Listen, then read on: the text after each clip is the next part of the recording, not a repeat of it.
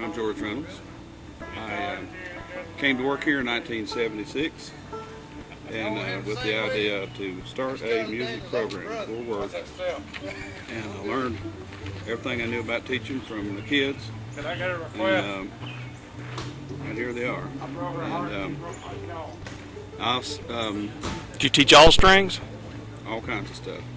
Whatever the kids want to learn how to play to do. Whatever style they want to play, whatever instrument. If I didn't know how to play it, I knew how to learn how to play it. And I was teaching a class in folk music one day, and Phil McKelvey over here, amongst a couple others, said, "George, could we bring our guitars and pick one day once we get all our work done?" And I said, "Sure." And they did, and that was such a success, we started a music class the next time. And out of the music class came this group of young pickers. I think the oldest one might have been 11th grade and the youngest one was 8th grade. That was Tommy over here. And they learned how to play a song and played it on the talent show. And one first played in the talent show. School talent show. School talent show. Wasn't long until they got an opportunity to play in Atlanta for the Georgia Arts Awards, and they didn't know but 2 songs, and they went down there and played both of them, and they got a big ovation from them and a big send-off. And all the time they've been playing, they've been really well supported by lots of adults. So they started playing together and started doing some concerts. I remember the first concert, they had to learn enough material for 90 minutes of concert. They went off and learned it on their own. I wasn't playing with them at the time. But They read music or play by ear? Play by ear. You know. Okay. That was about 1980 or 81, and the kids went to the World's Fair in Knoxville in 1982, and had a big time playing there. I joined them after that period of time as a bass player.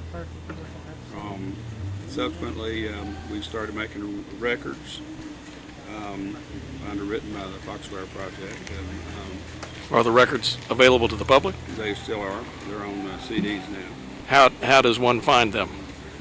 Well, talked to the guys here, and we have a gentleman with us who is helping us sell them this evening. You have a website?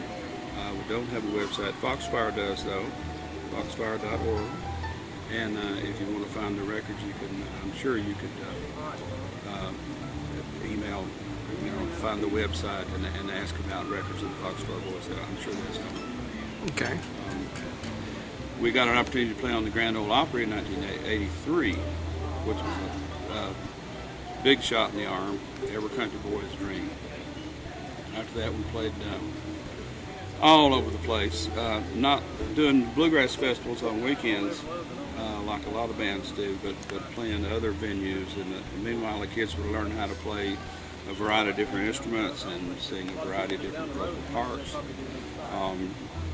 Spending as much time as they wanted to playing and actually getting paid a little bit for it. As time went on, they got paid more and more, and that was after they became adults and had jobs and families and things, and a limited amount of free time. That was something that helped them to become avocational musicians.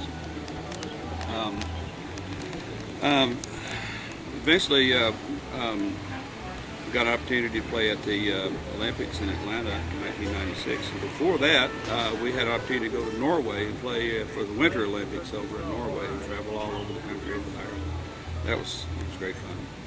In 95 is when I left. I married and moved away to start a family up in East Tennessee, and the fellow that took my place in the band, this Phil McKelvey, was one of the very first of the Foxfire musicians, and it couldn't have been a better match.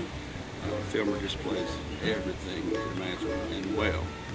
And he's got a boy who's playing with us today who just eats a guitar up. And Wayne Gibson is not here because he's in Canada with his teenage son playing with the Bluegrass Band. Our boy Steve McCall here, he's out in Wyoming, but he's got a son who has a band here in town with some of these other kids. And it's just grown into a multi-generational thing, which I'm tickled to death to see. Tom and Dean have a music business here in town, and they teach lessons.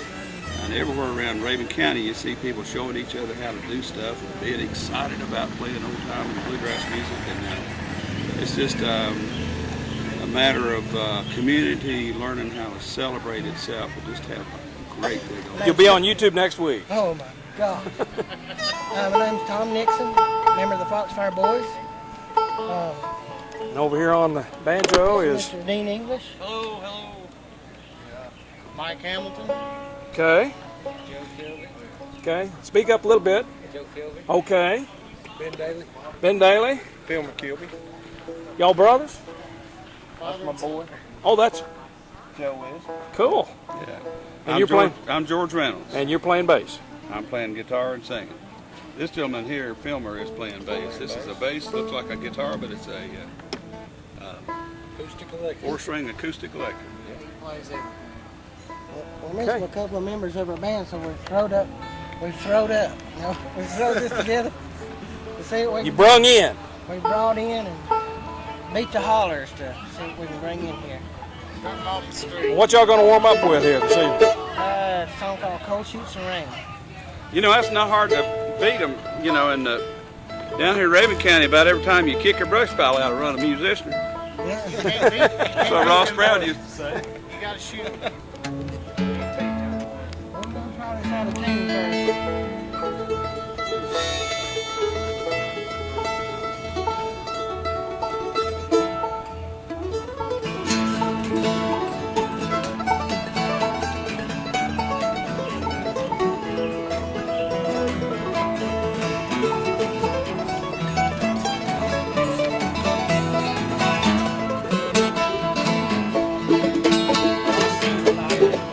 I hear the thunder roll somewhere on the north side of town.